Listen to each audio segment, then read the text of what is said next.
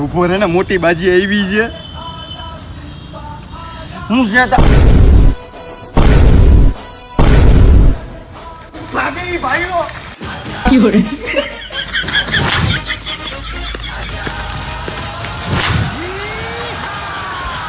એલા ઉભા તો રહ્યો, મારી વાત તો સાંભળો.